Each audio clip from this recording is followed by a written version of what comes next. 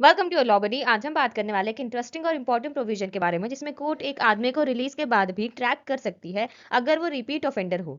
चलिए समझते हैं इस सेक्शन को बिल्कुल सिंपल लैंग्वेज में।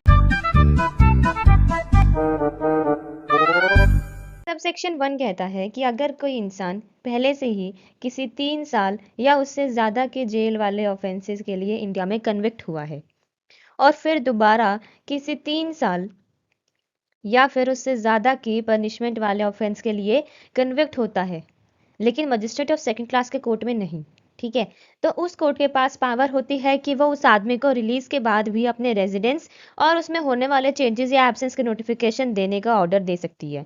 ठीक है, ये ऑर्डर मैक्सिमम 5 साल तक के लिए हो सकता है और ये पीरियड काउंट होता है सेंटेंस खत्म होने के बाद से। Then we have subsection 2। ये कहता है कि ये प्रोविजन सिर्फ डायरेक्ट ऑफेंस पर ही नहीं बल्कि क्रिमिनल कॉन्स्पिरेसी, ठीक है, अबेटमेंट या फिर अटेम्प्ट पे भी अप्लाई होता है। मतलब अगर किसी ने क्राइम की प्लानिंग की या किसी को क्राइम करने में मदद की तब भी ये रूल लग सकता है। ठीक है, then we have subsection 3। ये कहता है कि अगर बाद में अपील में कन्विक्शन सेट असाइड हो जाता है तो ये नोटिफिकेशन ऑर्डर ऑटोमेटिकली वॉइड हो जाता है। मतलब जब कन्विक्शन खत्म तो मॉनिटरिंग भी खत्म।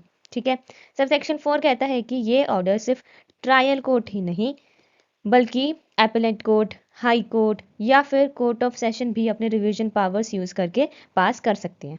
ठीक है, सब सेक्शन 5 कहता है कि स्टेट गवर्नमेंट को ये पावर दी गई है कि वो रूल्स बना सकती है जिसमें डिफाइन किया जाए कि रिलीज्ड कन्विक्ट्स कैसे अपने रेजिडेंस पर हैं उसे नोटिफाई करें और कैसे चेंज ऑफ एड्रेस या एब्सेंस की इंफॉर्मेशन देनी होगी।